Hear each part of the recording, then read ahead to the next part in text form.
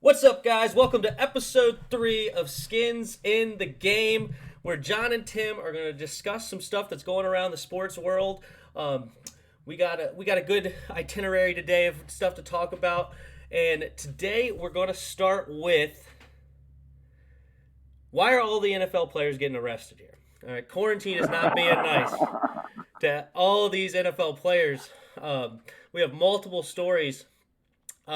Which one do you want to start with, Dad?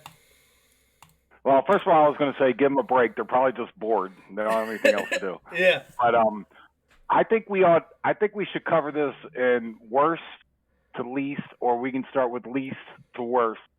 Out of the three stories that I know we're focusing on today, I put them in three different categories. Like I said, worst to least. So Okay. you decide which one you want to start with. All right. Which one did you have as the worst? The Dunbar and Baker. All right. So we'll go ahead and start there. We'll pull the article up here. Yes. So we have DeAndre Baker and I'll just give a little background. DeAndre Baker and Quentin Dunbar. Baker from New York, Quentin Dunbar from Seattle Seahawks, former Redskin. We have that these two were apparently at a gambling game, which they were also at a couple of days before, where they had a couple of days before lost $70,000. They came back to this a similar party, then apparently pulled weapons out on other individuals there and took watches and cash, and apparently had getaway cars that were extremely expensive, as high as a Lamborghini apparently.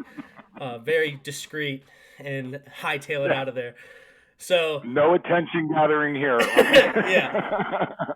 All right, so that's a little bit of what's going on. So what do you think about this situation? What do you think went down? Well, I think that they got into a poker game. They lost. They got upset whether or not they think somebody was cheating or whatever. They probably left, and after a while thinking to themselves, those guys just took $70,000 from us. So they got this idea that we're going to come back and recoup our money. And it probably didn't go, maybe they thought they were going to have $70,000 there and we're going to be able to just grab our $70,000 and go. But when they got there, there was, of course, shocker, no cash there. I think they said $18,000 or something, and they took a few high dollar watches. So I think it was just two guys that left a poker game that started getting upset about what happened and then decided we're going to come back and get our money back. And unfortunately, that's armed robbery. So, yeah. So there's a couple theories. So that's one theory. Another theory is that they found out later, after they lost 70 grand, that things were not quite kosher. Like, it was not. Apparently, they were playing a dice game. So apparently, maybe they heard rumor that the dice were not just falling as they may. There could have been some loaded dice. Well, and that's what I was saying, is they could have felt like they got cheated. That's kind of what I was saying. So, yeah. Right. So there's one. And then the other theory is that they came back and actually won the second time around, but the people didn't have the money to pay them. They said, oh, well, we're good for it. We'll pay you later. And they said, we just lost. We paid you the other day straight up as soon as we lost.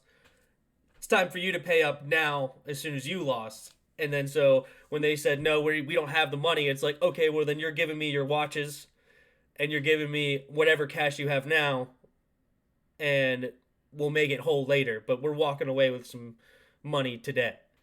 Well, the only problem with that theory is if the cops are right, they said that the cars were lined up to get away.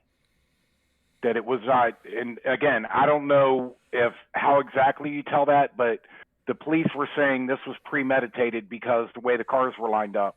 The only thing I wanted to say, though, is I only heard about Baker and Dunbar. The cops listed three cars, a Lamborghini, a Mercedes, or a BMW, and a Porsche or a Mercedes. It was three high-dollar cars. But I'm wondering, there was a third guy there. I don't know his name, but there was a third guy there that apparently was wearing a mask. It could just be a Corona mask, but we don't know what kind of mask. But apparently he was wearing a mask, and apparently DeAndre Baker told him to actually shoot one of the guys. Right. And So apparently, yeah, I don't think this was a hey, we won, give us our money. I think this was I'll call it revenge or whatever. But yeah, you don't line the cars up and you don't come in there with a mask on and you're not.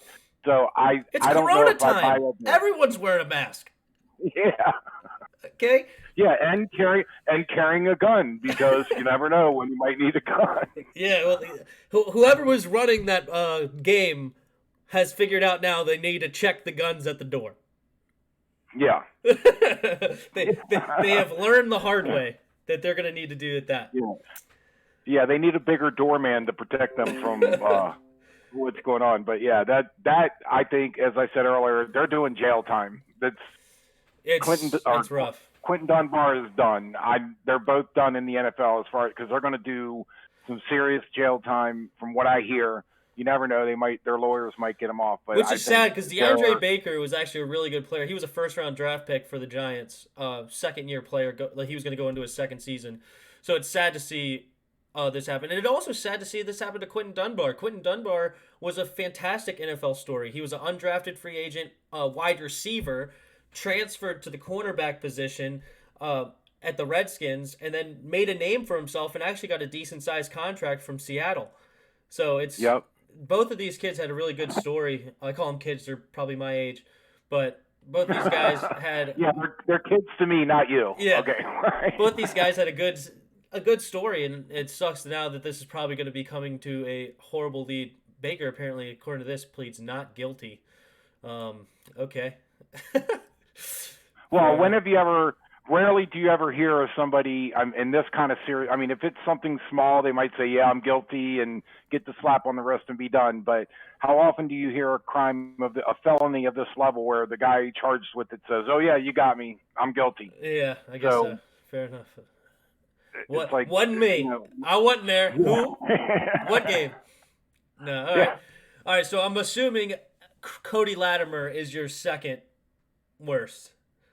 So we'll go ahead and switch over to this Cody Latimer, another Redskin. This one is not a former Redskin. He is a current, well, maybe not a current Redskin. Maybe he is a former one now. But he is technically on the roster, and this is a crazy story. So what happened apparently is that he was at a poker game, took out weapons, and actually shots were fired. It came out that the Harvey Steinberg, his lawyer, was saying that there's more to this story than what's being told, and there will be more stuff to come out. And this was just written yesterday, and apparently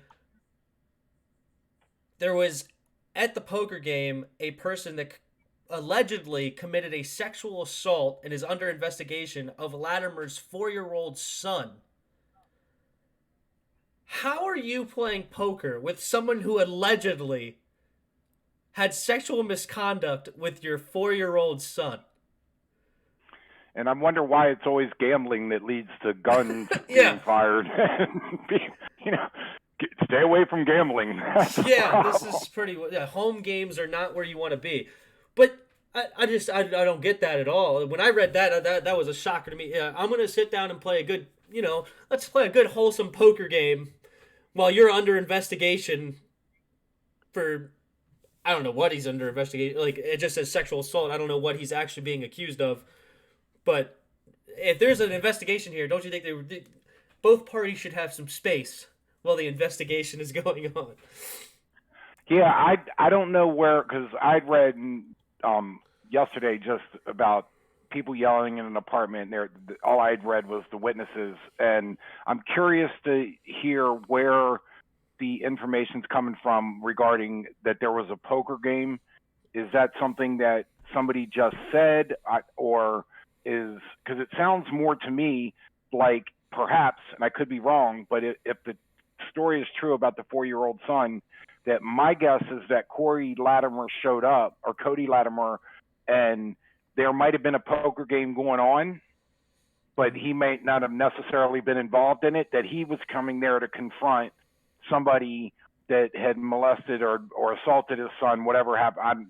I don't want to assume anything, but I agree with you. I have a hard time believing that Cody Latimer sat down with some guy that he knows did something to his son, and they're going to have a friendly poker game, and then at the end of it, he's going to jump up and start questioning it. So that's my guess, is if in fact there was a poker game, that the Corey Latimer came into the poker game to confront somebody.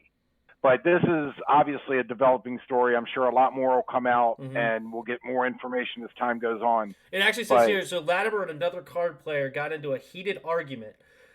English, another person there, ordered everyone to leave his apartment. So it was English's apartment. Latimer is said to have returned about 30 minutes later, blamed English for the initial confrontation, and pulled out a handgun from his hoodie. The receiver allegedly waved the gun around, but not directly at English or his girlfriend. According to the police, Latimer said that he was going to kill everybody. Latimer emptied the magazine and cleared the chamber of his gun, but did fire 2 shots near English. Okay, so where does the 4-year-old son in that issue fit in with this at all? Yeah, this is a very interesting story.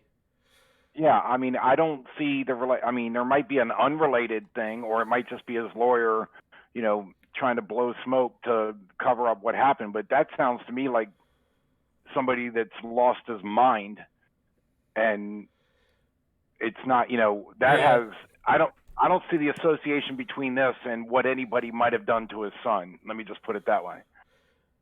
Yeah, maybe that's what the initial confrontation was about. So the initial confrontation at the poker game was about his son.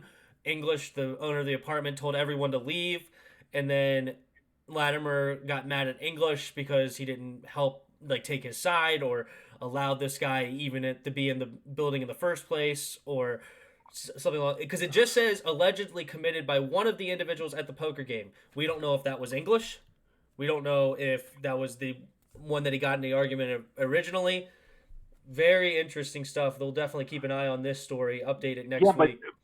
But to your point, if I don't understand how you sit down and play a game of cards with someone that you think has assaulted your 4-year-old son. That's the confusing part. So not in my top 5 things to do with the. I'm pretty sure I'm not sitting down playing cards with you. I probably wouldn't be in the same room because I would be tempted to kill you,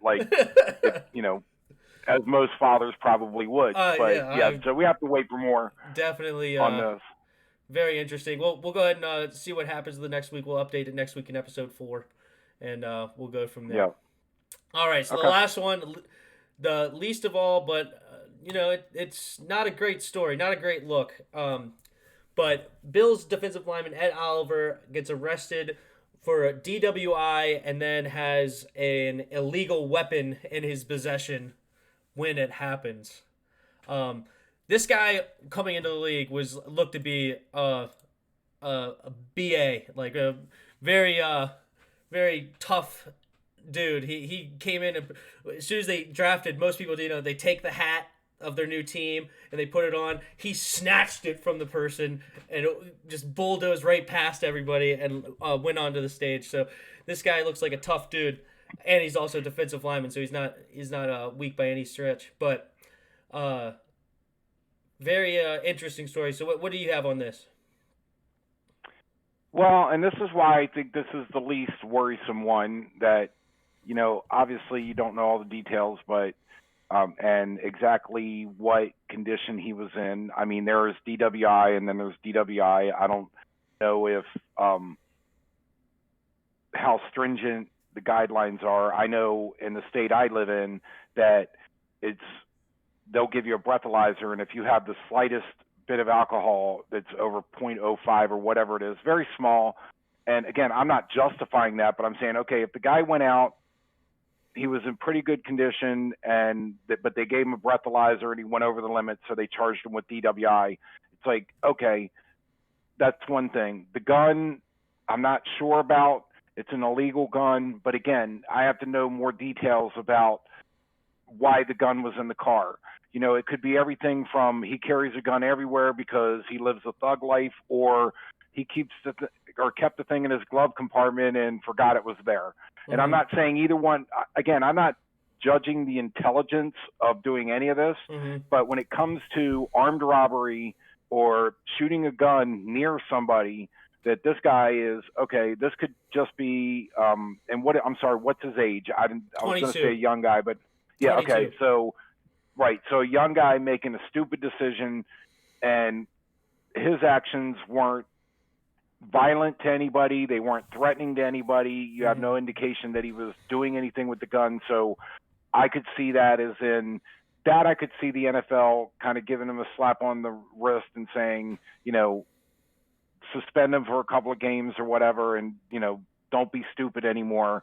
That's just in a different category than the other two to me. Mm-hmm. So, and I guess as part of this conversation, maybe we could slip into, unless you want to say more about it, Ed, No, but I was gonna say that the discussion right now, and the headline that I read is that the NFL has a crime problem, and I would argue that the NFL doesn't have a crime problem. The problem they have is how they deal with the people that commit the crime, a la Ray Rice, Antonio Brown. There's some question there, and so I'd like to have get your take on what is. I don't blame, excuse me. I don't blame the NFL because stupid young kids do stupid stuff or stupid people do stupid stuff. Mm-hmm. I blame the NFL by how they handle it afterwards, which is, again, I'm not picking on Ray Rice necessarily, but it's like, oh, he knocks his girlfriend out in an elevator and he gets a 2-game suspension. I think they blew that one. Is all I'm saying. Yeah, especially because he ended up getting worse punishments, at least by the teams after the video came out. But I'm pretty sure it was assumed that, not that we're going to get into a Ray Rice conversation, but it was just to say more about how the NFL botched it. I'm pretty sure it was that the NFL had access to that video, saw the video, and only decided a 2-game suspension. It's you saw what happened, and you didn't it wasn't just like, all right, hearsay. Here's what he allegedly hit his girlfriend at the time. But didn't the NFL deny they saw the video? I know there was some discussion of they were like, no, we didn't see the video in there. I didn't update myself with the Ray Rice situation as of late. I don't remember all the details, but yeah, I mean that's a fair point. Is the NFL doing enough to discourage these things from happening again? And it's a fine line because would these people lose their jobs if they weren't NFL players? These people obviously have the notoriety and stuff like that. If you armed rob, I'm pretty sure that these people are gonna get heavy-handed situations from the NFL, if not just the law in general. These people are probably gonna have some tough times. But as far as DUI, how you wouldn't lose your job if you got a DUI or DWI. I wouldn't lose my job if I got a DWI. I guess if I got it on the job, that's different. But right. If I just got one in my personal life, which this was Ed Oliver's personal life, how much do you do to prevent these things at the NFL? Maybe they need to take a heavier handed, but it's definitely a fine line you walk at the NFL. Right, but I wanted to say on the other side of that, however, is that if the NFL decided to take a heavy-handed approach of one strike and you're done, violent crime, whatever, wherever they want to draw the line, one strike and you're done, then they're going to have to deal with the accusations that here are billionaires making decisions against guys that otherwise can't make a living, and how can they be? So I think if they were harsh in the other direction, that they're going to catch backlash anyway because of the NFL.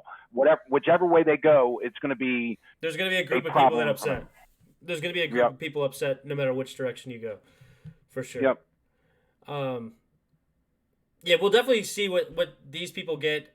As I said, I think Cody Latimer and DeAndre Baker and Quentin Dunbar are going to have tough times in the NFL. Ed Oliver, this will be an interesting situation from the NFL. How do they handle a DWI with an illegal gun on hand? Yeah, the illegal gun definitely raises it. I did also want to say with Cody Latimer, from what I've read, his best chance is to be a fourth receiver, and he's likely to be a fifth receiver. I would say the Redskins should just, and it's not going to cost them anything, to just let him go. He's not worth, for what he was possibly bringing to the team and to go against Ron Rivera's new attitude, kind of straightening he things out. will not be playing for the Redskins. He will not, definitely will not be playing for the Redskins this year. And I think that's what they should do. It's like, if he was the number one receiver, okay, maybe it makes it more difficult. But yeah, for what he's going to offer him, thanks, but we'll see you later. Yep. Alrighty, so now we're going to go from the off-the-field issues to something that happened in the locker room or on the field with James Harrison just casually said on a podcast that his then head coach, Mike Tomlin, after a horrible, it was a tough hit. He did say in a quote that I only hit him at 50%. Looking at it, he really may have only hit him at 50%. But James Harrison's 50% is a little bit higher than the rest of the world. He wrecked this dude, Mohamed Massaquoi. And so he just casually says that the Gist thing that Mike Tomlin ever did was hand him an envelope after that hit. I'm not going to say what's in the envelope, but he handed me an envelope. It was two tickets to the opera, man. Yeah. He had some good tickets to the opera on Saturday night. He was just trying to help, help a fella out. Yeah, so definitely interesting. So I went to, in my thought of, okay, this was clearly money, like everybody else, and he's paying him for the hit. I did not necessarily cross that line and saying there was a bounty gate in my initial thoughts of, Mike Tomlin had a bounty. Well, I don't know why you would have a bounty on Mohamed Massaquoi. That's kind of a weird player to go after. But I do think there was some money handed to him, whether it be to pay the fine or be I don't care. He actually did not get penalized on that play. But basically, I don't care if the league is going to penalize this in the future. I want you to do more of that. Yeah, I can't see supporting the idea that, well, let me back up and say it would be one thing, and I know it's illegal and they can't do it, so I'm not arguing that, but it would be one thing if they had things like that where, hey, if you get 4 sacks this game, I'm giving you $1,000. Or if you make 2 something where it's within the game, I could understand that. But if you're paying someone to hurt somebody, that is a different thing, and that is a problem. And again, I know both are illegal. You can't do that they're not allowed to do that under the table anyway. But if he's paying him because he hurt the guy, that's a problem. Agreed. Yeah, there definitely needs to be an investigation here. It was apparently was it an 09 that hit happened, or 10? Well, he ended up getting fined after the fact, right? Yeah, I think it was $75,000 that he ended up getting fined. So, but it was 10 years ago, 11 years ago. I don't really want to see Mike Tomlin get punished for that. Of course he's going to deny it. And why wouldn't you deny it? I mean, how much evidence are they going to find 10, 11 years later? Maybe I agree. If it happened, he waited way too long to say anything because it's not something that you would be able to prove it unless you have 3 or 4 other guys that come out and say, "Oh, he absolutely did that." Then you have a different story. But one guy talking. They paid me too. Yeah, when I did that, they paid me too. Because James Harrison has YouTube compilations of brutal hits. Yeah. Were those incentivized? I don't by know. Mike Tomlin? I know you don't remember Ronnie Lott, but Ronnie Lott over the center, over the middle in San Francisco, people did not want to catch the ball when Ronnie Lott was out back in the backfield. Right. No, but I guess and obviously, like, we know that he's going to be hitting hard. Players in the past just did not give a crap about their bodies. They just literally threw them into the other player with no holds barred. But the point is like, did Jameis Harrison do that because that's just the player he was? Or was he incentivized off the field I see your point. I see your point, like what you're that? saying. And so there definitely needs to be an investigation. I don't know how much they're going to be able to prove. I don't know if you can follow the money that far. I don't know if that's Well, even it has possible. to be a lot of money. I'm trying to remember what Greg Williams, when they went through in New Orleans, something makes me recall that the bounty gate they were not being paid a lot of money. It was, I mean, maybe not $100, but you know what I'm saying? It wasn't like, oh, if you do this, you're getting thousands of dollars. It was kind of almost a side bet of, oh, you did that, here's some money. So I would say that for someone to go out and start headhunting people, or you know what I mean, that money in that envelope would have had to be a lot of money for Harrison to be targeting people to make that. And maybe in his day he didn't make as much, but in fact, I would go as far as to say that if there was cash in that envelope, it would have had to been packed really wide from someone to consider hurting people to get that. I mean, like I said, I don't recall what the Greg Williams amount was, but I want to say it was in the hundreds of dollars. It was not it wasn't like here's $100,000 to go hurt somebody. It was like almost like an award, oh, you're the winner, and like giving somebody a game ball. Would you go, hey, if you hurt somebody today, I'll give you a game ball? Would you, would that incentivize you to kill people? I don't know. Maybe it would. But anyway, I've said enough. Yeah, I was just seeing here if I could see if they had in here of how much the teams receiving 20-yard line earned $100. So the players and Williams contributed their own cash to the pot and received cash payments based on their performance in the previous week's games. For instance, a special teamer who downed a kick returner inside the receiving team's 20-yard line earned $100. Players usually earned $1,000 for cart offs and $1,500 for knockouts. Okay, see, that's different. The $100 for, I don't have any problem if a coach says, hey, here's dinner for you. Well, in this day and age, half a dinner. Yeah. But if you want to give somebody $100 for getting somebody down inside the 20, that's different than if they're carted off the field. Then that's a different thing entirely. Yeah, but yeah, these guys are typically making millions of dollars, even back in the 2000s. $1,500. To your point, I don't think is necessarily like a whole ton of money to these individuals, but I guess I will say, and one more thing before we end this. I don't play golf well, but I play golf, and the people I play golf with, we bet $1 Nassau, so it's $1 front, $1 back, and $1 for 18. I don't like losing that dollar. So I try as hard, you know what I'm saying? It's like, it's only $1. It's afterwards you're having a drink and you're handing over $1 to somebody.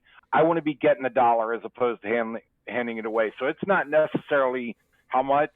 It might be also have to do with the culture in the locker room. Like I want that recognition or whatever. But it's clearly there was something going on because they fined Greg Williams $500,000. So they definitely found something there.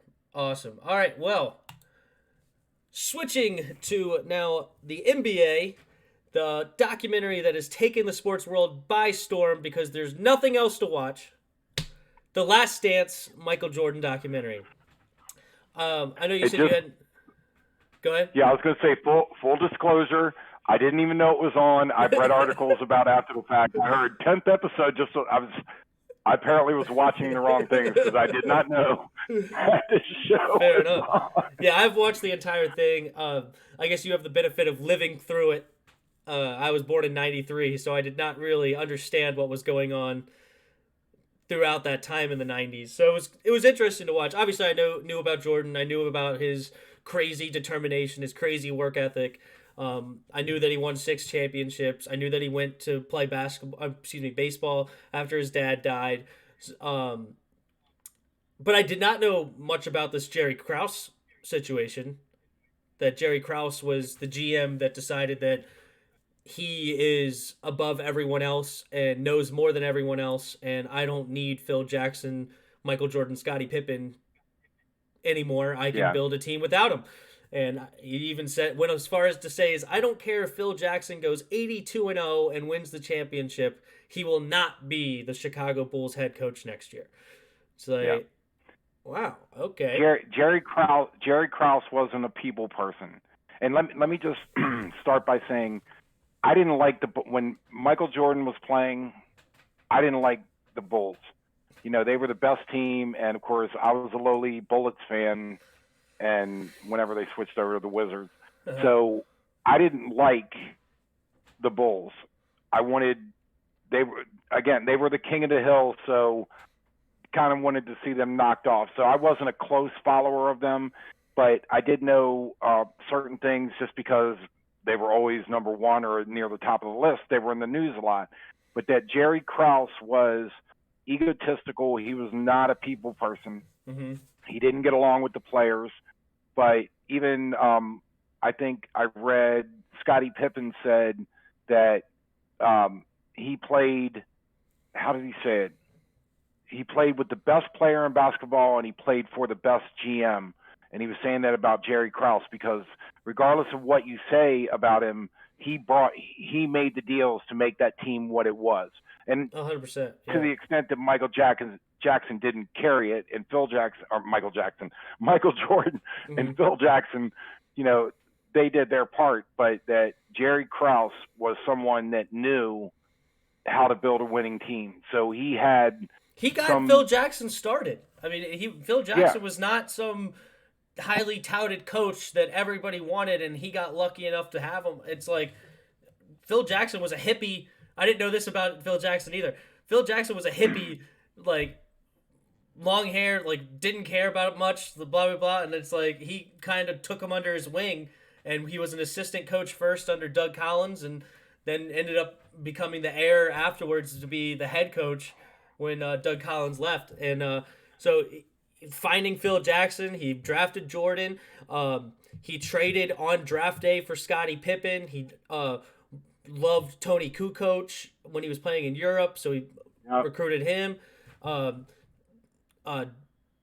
Went after Dennis Rodman, went after Steve Kerr, drafted who is the big guy in the first three-peat? Are you talking about Grant? Yeah, Horace Grant. Horace Grant. Yeah. Yep. So he built a very, very, very, very, very good team, and somehow got everyone to take very little money. Like, you look at it, Scottie Pippen was, I'm sure you agree, was the second best player on that team. Yeah. He was the 7th highest paid player on the Bulls. He was making less than $3 million a year when Michael Jordan was making like 33. Michael Jordan was taking 58% of the salary cap. So he built a team around him without much money comparatively. But I know, but I also think that wore on Scottie Pippen, and that's why we get a little bit later talking about him, why he had the attitude with the Bulls that he did.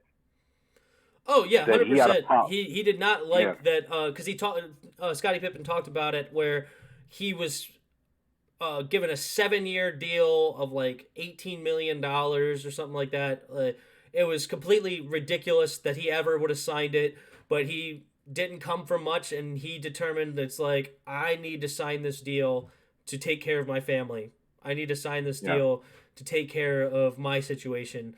And so I signed it. Like, I just felt like I couldn't he felt as though he did not have the negotiation power to continue this negotiation. So, but he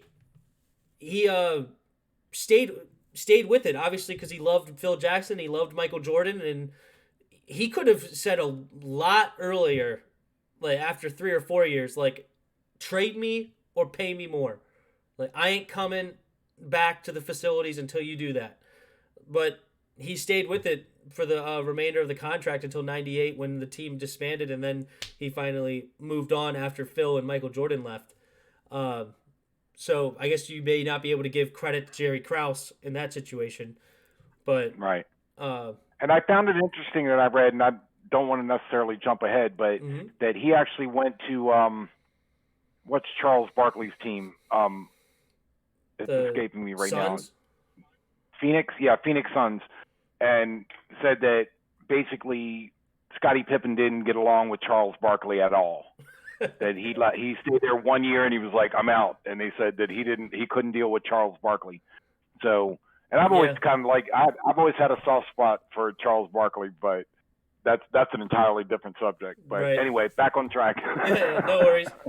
Yeah, let's see here. I wrote some notes down. So there was a game. So just staying on the Scottie Pippen, there was a game in the '94 season. So the season that Michael Jordan was not there, that Scottie Pippen, it came down to the last second, in the, I believe it was the Eastern Conference semifinals. There was a last second play where Phil Jackson drew it up for Tony Kukoc instead of Scottie Pippen. Yep. And Scottie Pippen got upset and decided that he was going to stay on the bench and not come into the game. And this was the downfall of that '94 season, because after that the team talks. He took his shoes off. Yeah. That's why he was basically like, you're not going to be able to call me in the game. Go ahead. After that, like Steve Kerr and some of the other teammates talked about where they just could not believe their best player gave up on them. That it was a very weird feeling the next day at practice, and then LeBron James. Yeah, the early LeBron with Cavaliers, when he decided that he was going to leave, that he did not have interest in winning for Cleveland, and I believe it was '09. I was trying to make that subliminal. I was trying not to make it audible. But anyway, but so it was a horrible situation, and Scottie says that he regrets it, but then in the same breath says, "I wouldn't change anything." Yeah. Very. I think weird. athletes are egotistical. I mean, in general, you have very few, and Darryl Green type athletes were just not.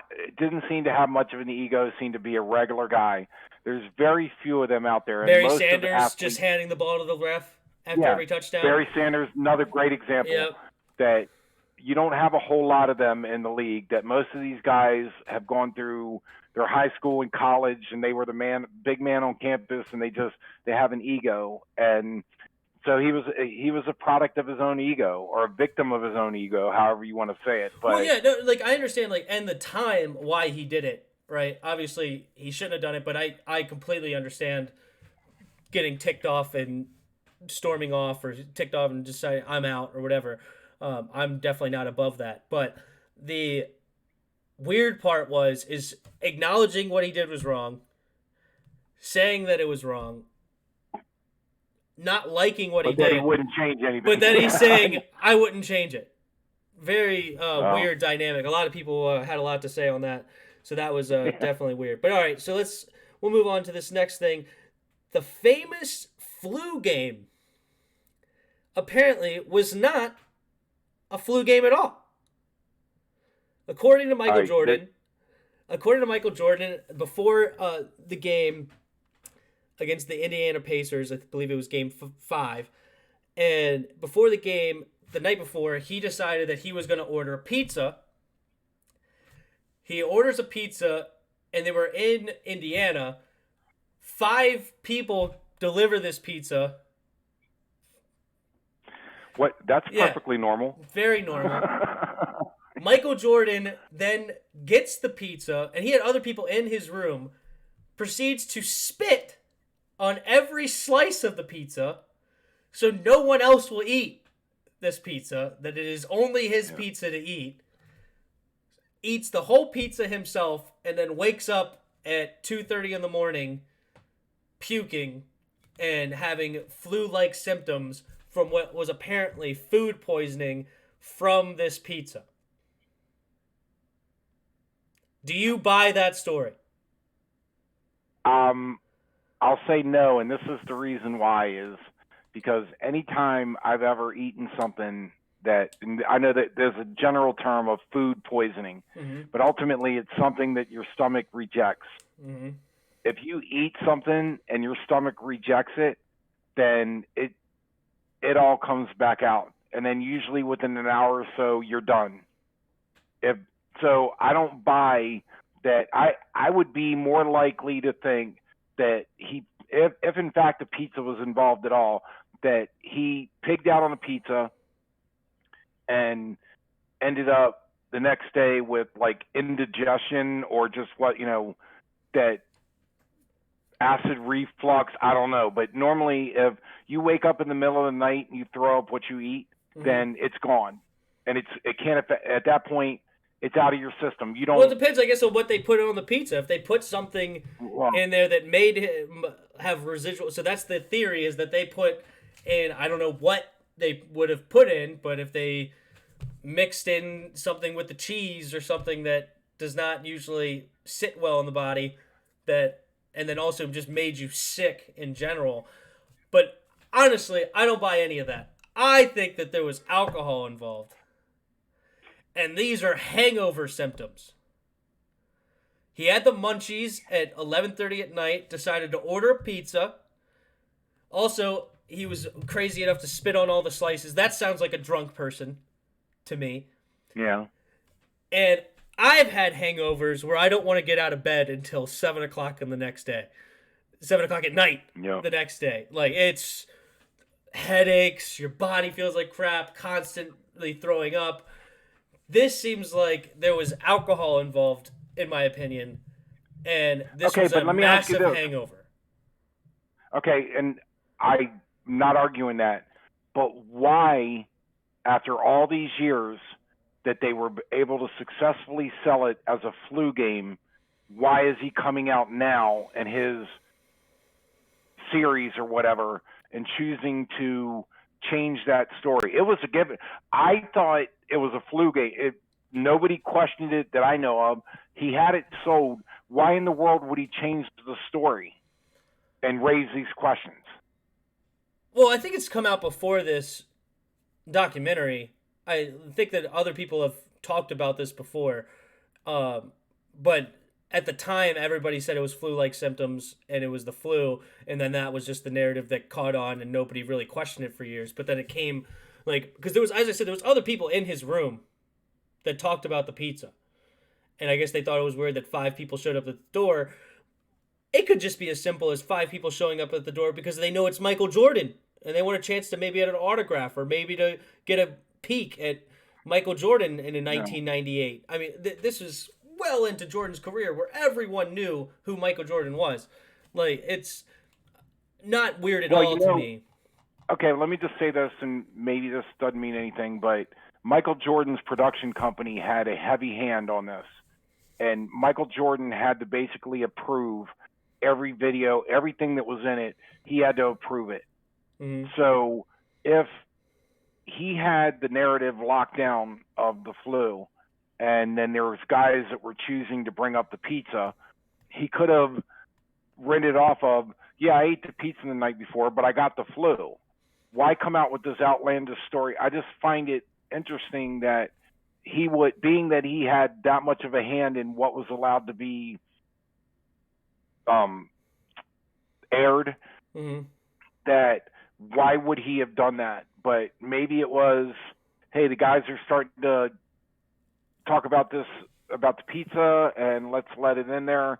But it just seems to me like an outlandish story to cover. Yeah, I don't know why he said it. And I could be way off. It could have nothing to do with alcohol.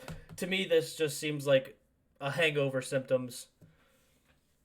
When the day after, you're sweating, you feel like crap, you have a horrible headache, you're seeing things like your vision's messed up.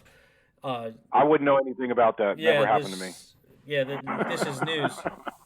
So, but no, it's fine. That I just wanted to throw that out there. That's what I thought. All right, the last thing I wanted to mention before we could just do a wrap up of the series is the video of Michael Jordan watching Gary Payton talk about how he knew how to shut down Jordan and knew how to slow down Jordan.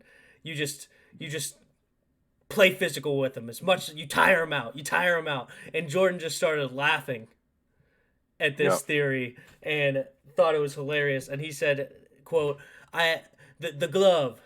I had no problem with the glove." Right. Well, and I did look up. Have you seen the stats? Yeah, it was a bad series at his standard. I think he averaged 26 when he normally averaged over 30 in the finals. Yeah, but hold on. In game 1 through 3, mm-hmm. Gary Payton had an ankle issue, so he didn't cover Jordan. Jordan scored 31 points a game. Mm-hmm. So they were up 3-0. In games 4 and 5, Gary Payton covered him, mm-hmm. and Michael Jordan scored 23.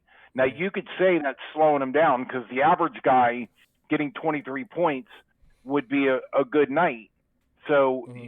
Payton could What argue, did he have in that final game? What's that? What did he have in the final game? Oh, I'm pretty sure he had 45. No, I know, but but the point, and again, I think I agree with him laughing, but to say, and he did say he slowed him down. He didn't say he shut him down. Yeah, shut down was a little bit of a too far. It was a slowdown. But no, this seemed like to me clearly that Michael Jordan, this was going to be the first championship that he won without his dad. It was a tough one to close out emotionally. Father's Day was coming up. They actually ended up winning the championship on Father's Day. It could have, with the Michael Jordan's mentality, he could have thrown 2 games. He didn't say this. This is my conjecture. He could have thrown 2 games to win it on Father's Day to remember his dad. He was the kind of person that would do that. Yeah. And I was going to also just say about how competitive Michael Jordan was, that, and I cannot remember his name. All that keeps popping in my head is Ladanian, but I know that's the Tomlinson Chargers running back. Yeah. But the guy's name, and I think he played for the Bullets or the Wizards. Sorry, I don't remember when it switched over. Mm-hmm. But he played against Jordan in a game, and Jordan had like 20-some points, and the guy walked up to Michael Jordan and said, "Good game." Mm-hmm. Just stuck out his hand and said, "Good game." Michael Jordan shook his hand and then was on a mission. The next time he faced the guy, he scored 56 points, and at the end of the game, he walked up to him and he said, "No, that's a good game." You know what's funny? They talked about that in the documentary. Oh, Guess did what? they? Guess what? What? Jordan made it up in his head. The dude never told him good game. Jordan made up in his head that he came up and said good game, and used that to fuel him to a ridiculous game the next time he played. So, yes, that's a complete story that came out that's what happened, but it was completely fabricated in the sense that nobody ever said good game to Jordan. Jordan put that into his own mind to give him fuel. So they talked about that a lot. A lot of commentators after the fact, like, only Jordan would go as far as to make up stories about people to tick him off, to then want to kill them. Yeah. Yeah. So that was funny. But overall thoughts of the documentary, I thought it was really well done. I liked. I know you didn't watch it, but every episode. So it's The Last Dance was the name that Phil Jackson called the '98 season. They called it because he knew that he wasn't going to be the coach the next year, so he said this is The Last Dance.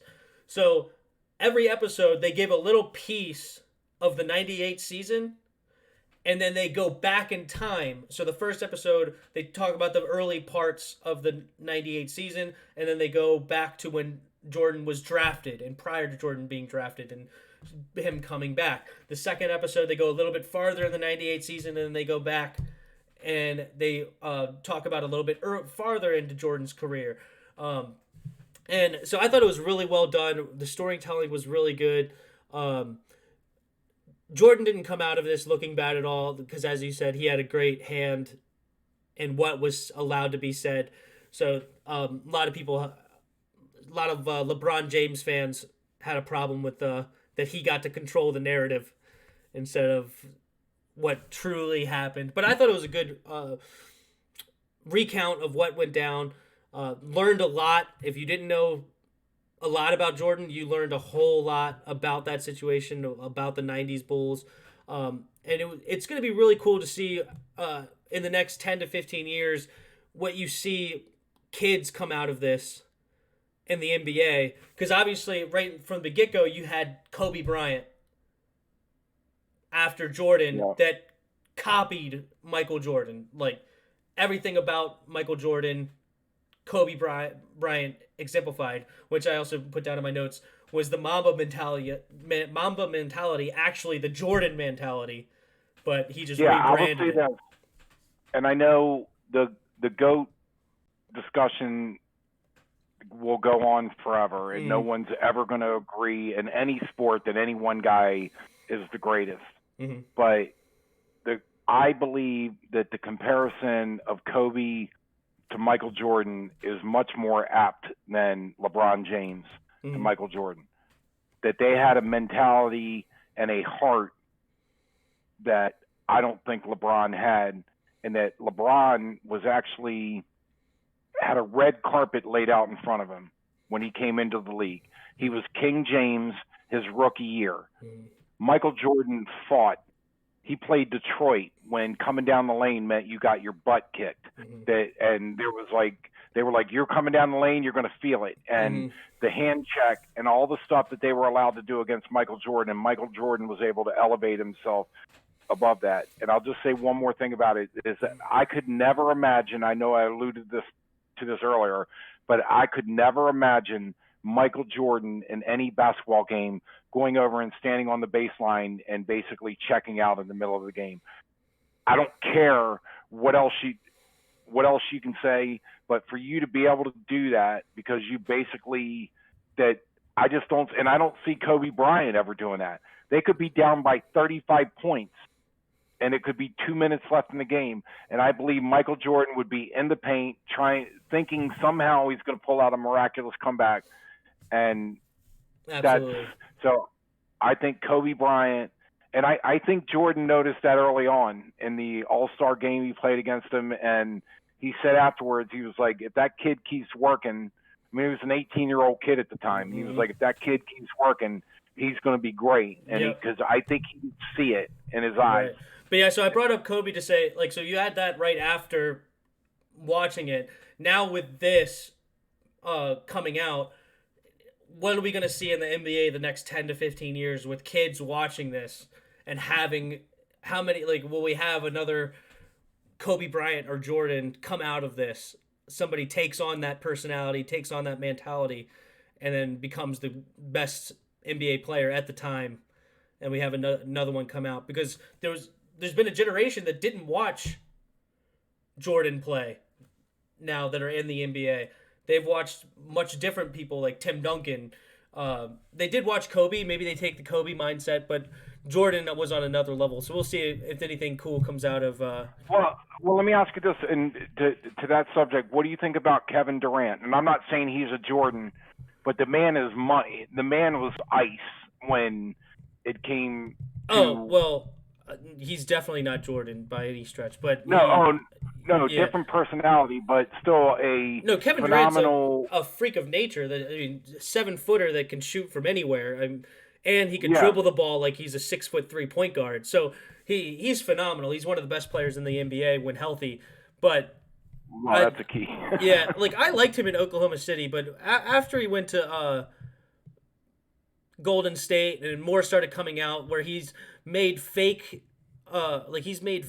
Twitter accounts to argue with people on Twitter, to like defend himself or defend other things. Like that stuff just kind of seems petty to me. So I'm not a huge Kevin Durant fan anymore. And then obviously I'm Wizards fan, and he didn't even give us the time of day to give us an interview. No, I thought that bothered me too. Yeah, I'm a homer as far as all my we teams literally go. built our team, like open salary cap, hired his old coach. I can't think of his name, Scott, whatever. Hired his old coach, like Scott Brooks. yeah, to bring in Kevin Durant back to Kevin Durant's hometown, Washington D.C., and he did not even give us an interview. So, speaking as a salty Wizards fan, I'm not necessarily a big Kevin Durant Well, he fan. wanted to go to a winner. I mean, he did the 100%. classic thing of latching on to someone that was, you know. If you can't beat him, join him.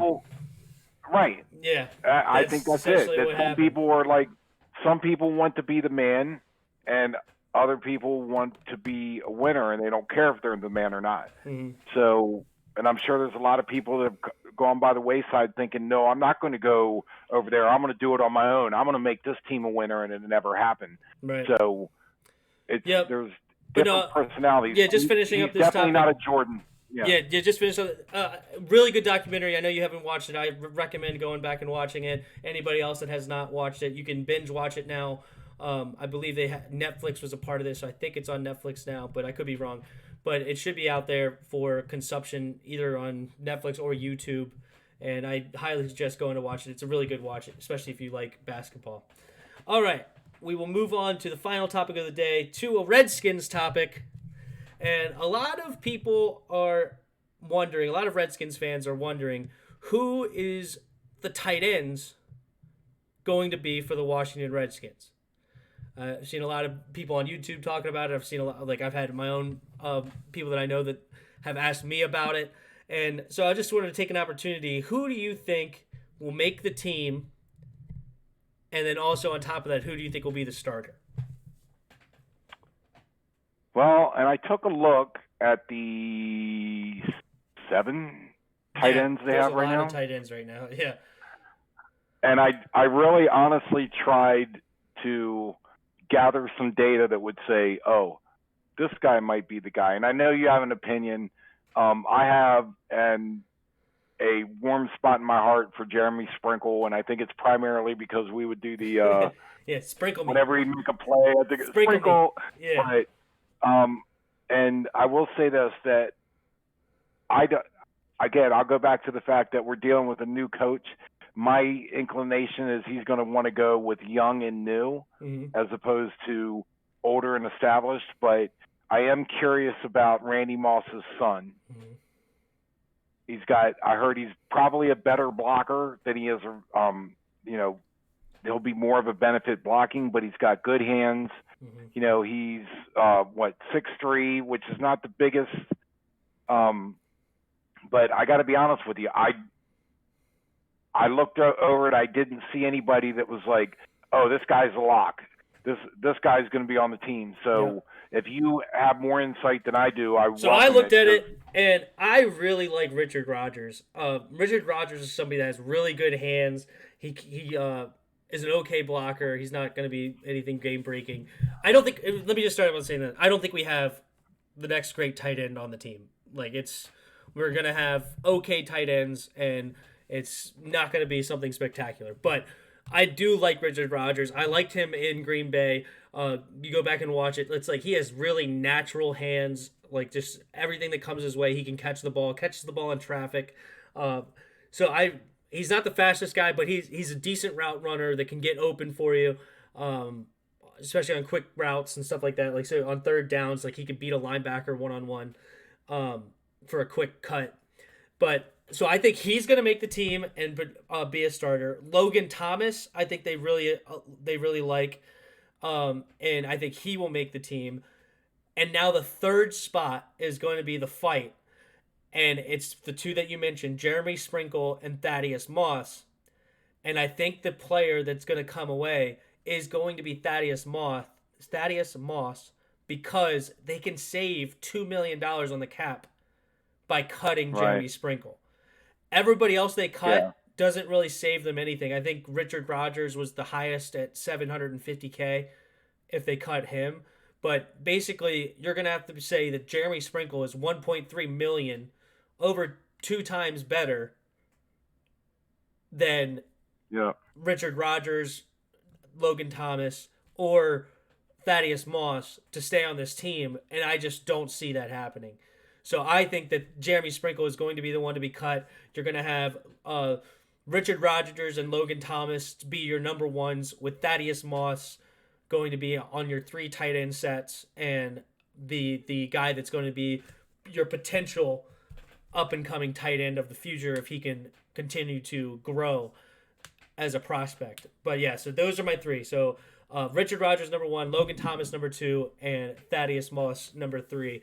Hedges, I will say, and some other guys I will say have that, a chance. Right, I think Logan Thomas jumped out of me because he's 6'6". So Yeah. Big guy, but yeah, I can't argue with that. And I guess Jeremy Sprinkle, has he been with us 3 years or 2? I think this is his 4th year. I think he's going. So I think he's been here 3 4? years. I think he's been here 3. I think he's going into his 4th year. I think he was the same year as Jonathan Allen. Okay, well that's what I'm saying is that he's been with. I meant so he's been with us 3 years and hasn't done anything in trying to fill the vacuum that Jordan Reed left from never being able to play. That I think I agree with you that Ron Rivera is going to look at that and think, okay, you've been around here and you never really. Yeah, he was the same year. He was the same year as Jonathan Allen. So this is going to be his 4th season. Jonathan Allen? Man, time flies. I can't believe Jonathan Allen's already in his 4th year. Yep. I know it's true, but it's like it seems like just yesterday. And I know we've had Deron Payne, and it's like Dwayne Haskins. So yeah, it makes sense. But it's like, man, where does the time go? But I think your guess is as good as. I mean, it makes as much sense as what I can make out of it because there was not a whole lot of looking at any of them and going, wow, this guy's impressive. Definitely not. I definitely agree. We don't have the next George Kittle or Travis Kelce or Gronkowski on our team. These are going to be role players, and I think they have the ability to be decent players for us, and can. They're not somebody that you're going to be putting one-on-one, but that you're going to have to rely on Terry McLaurin, Kelvin Harmon. But I was looking. We also have a dude named Emmanuel Hall, and I don't know if you know this guy. He's a receiver out of Missouri that he played with Drew Lock, and he was Drew Lock's guy. He's 6'3", 195 pounds, and we actually have him on the roster.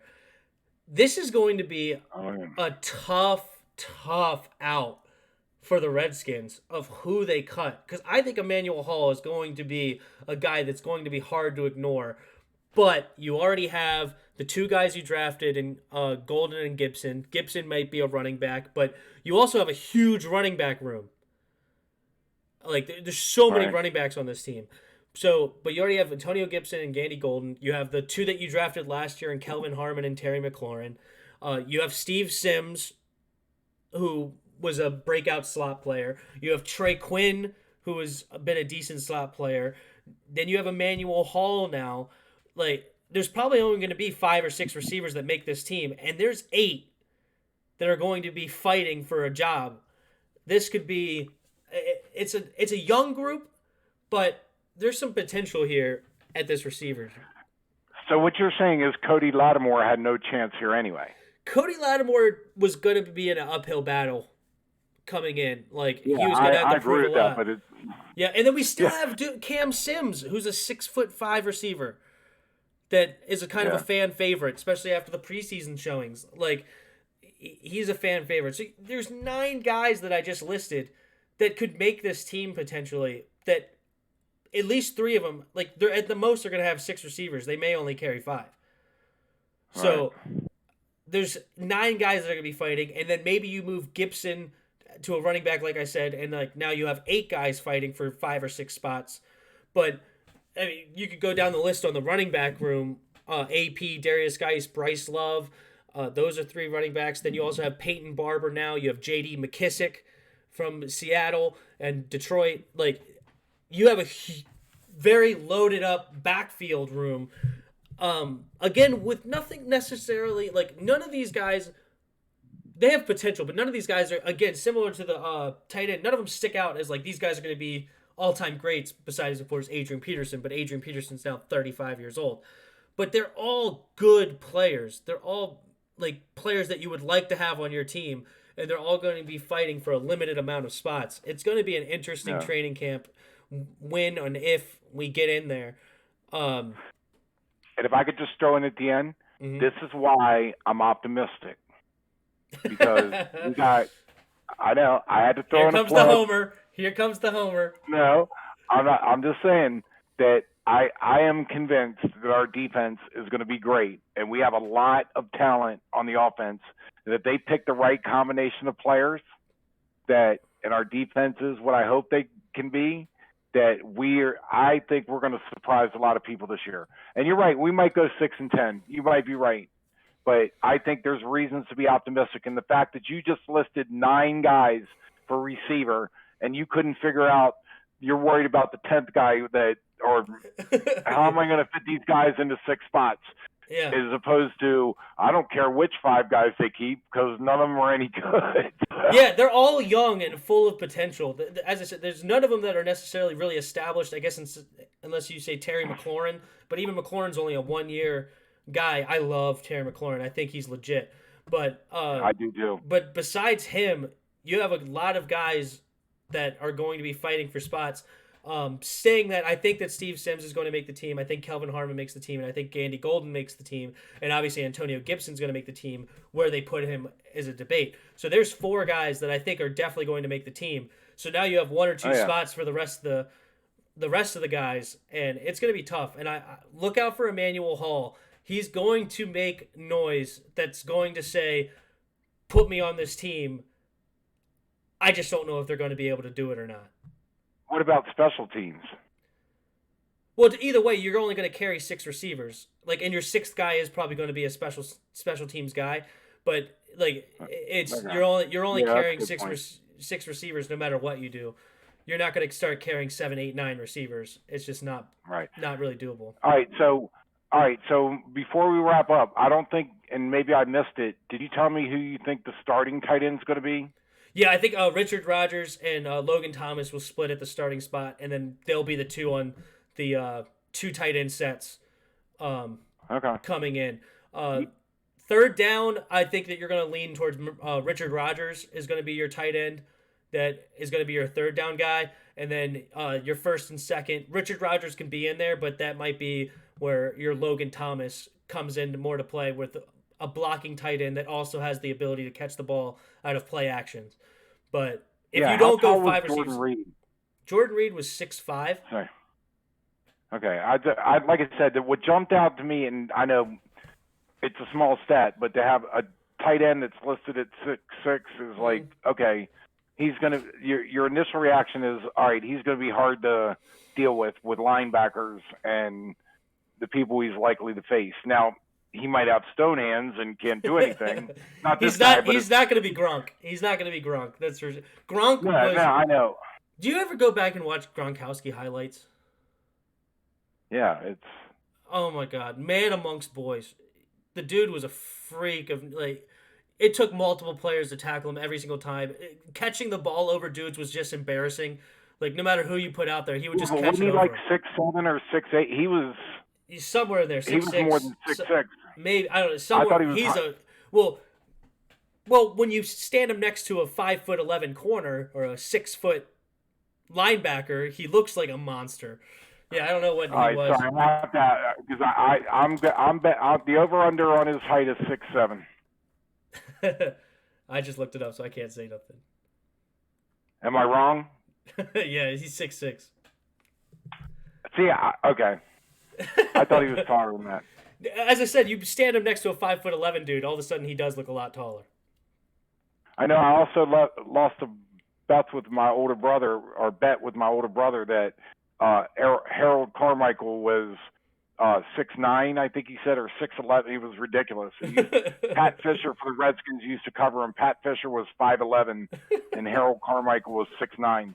And the visual of them on the field, and Pat Fisher hung with him, man. He was like, yeah.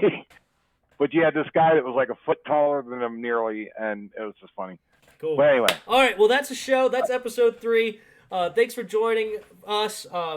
Please like and subscribe to the video if you liked it, if you enjoyed it. We're just here trying to build an audience and have some fun talking football, talking sports, and talking our beloved Redskins. So see you next week for episode 4, and thanks for coming. See ya.